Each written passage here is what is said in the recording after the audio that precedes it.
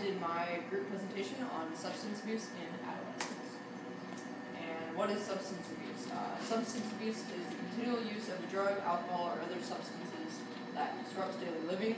And substance dependency is a group of behavioral and physiological symptoms that indicate the continual compulsive use of a substance in self-administered doses despite the problems related to the use of this substance. Substance abuse affects about 16 million people in the U.S. And another scary thing about substance abuse, well, I guess really it's scary, but one scary thing about substance abuse is the tolerance to drugs. Let's say you start out drinking like 3 beers and that gives you a buzz, but eventually you're going to build up tolerance to that, so you're going to want more and more and more, and then it's just going to cause a big problem. And next thing is most commonly abused drugs, which are legal and illegal drugs. And this is a huge debated thing because some people think that legal drugs are more abused and illegal drugs because they're easier to get to, while some people think that illegal drugs are more abused because there's marijuana in there, and a lot of people smoke marijuana, but at the same time people don't think that that's abused. So, some of the most commonly abused legal drugs are alcohol, prescribed medications, inhalants, and over-the-counter drugs like cough medicine or sleep medicine, all that stuff. Illegal drugs are marijuana, stimulants like cocaine, crack, and speed, LSD, PSP, and heroin, and opiates, and designer drugs like ecstasy. And the average first-time use for marijuana is 14 years old, and the first time for drinking or anything is 12. Wow. Which is sad. Okay, brain structure. Heavy drink. This was done just with people who drink and marijuana users, and the alcohol definitely had a bigger effect on brain structure than marijuana, which I found interesting. Okay, brain structure. Heavy drinkers have a smaller hippocampal volume on the left side of their brain, which can affect memory. And heavy drinkers' prefrontal cortex volume is smaller, especially in females. In marijuana users, there's almost no difference in the prefrontal cortex volume, except 4% of females who used marijuana had a larger prefrontal cortex volume, which is kind of weird. This made for poor performance in verbal and attention. Makes sense. Sometimes. For some people it makes sense. There's no difference in white matter volume except with marijuana users, and they were able to predict depression in users in relation to white matter tissue.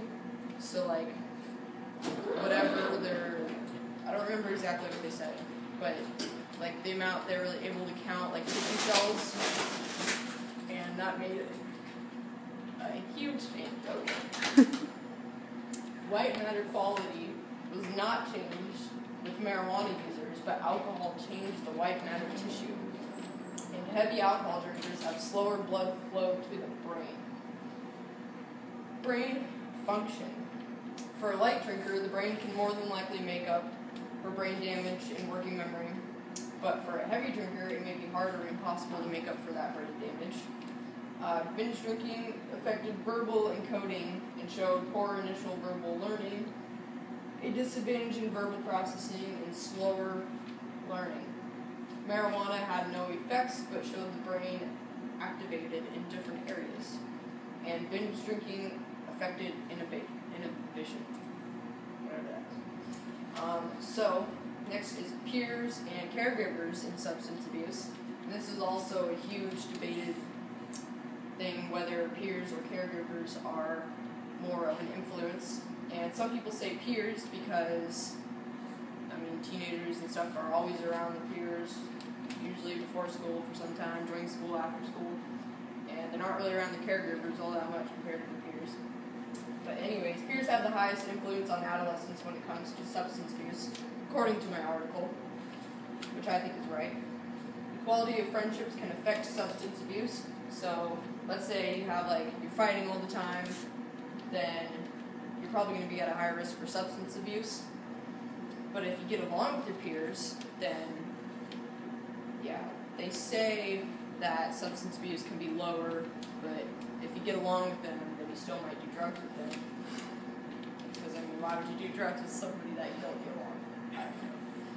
If parents show strong affection, support, praise, and encouragement, that can greatly reduce the risk of substance abuse because you're trying to encourage them to not use drugs or drink.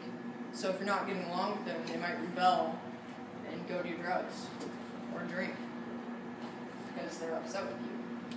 Got that right. And who is most at risk?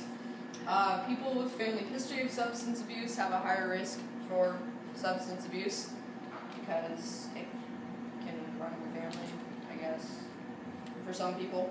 Adolescents who are depressed because they might turn to drugs or alcohol to reduce their feelings of sadness.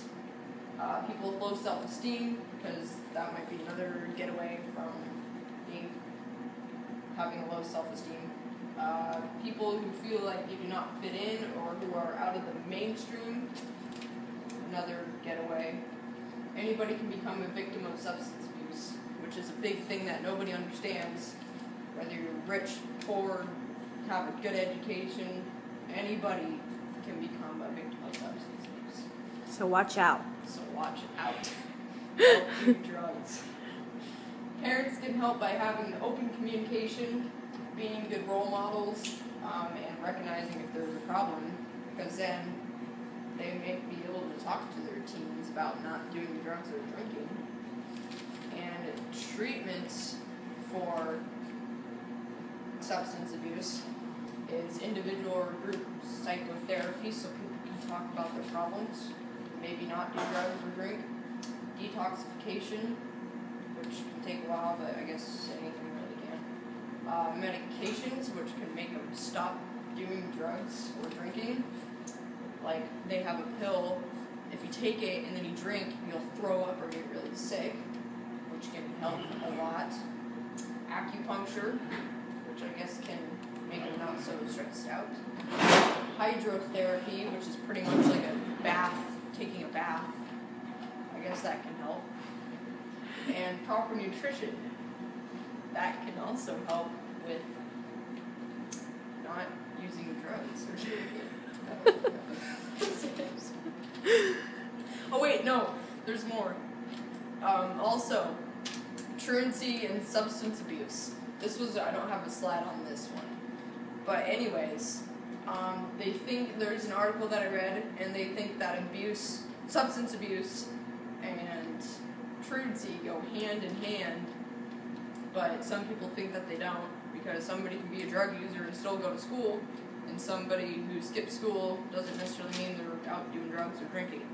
But out of 458 students tested for drugs, 22% were positive, and these were kids who were caught skipping school all the time, so they had to go to court. And 40 out of 473 caregivers, 23% tested positive for drugs. So that's why they think that drugs and truancy can go hand in hand.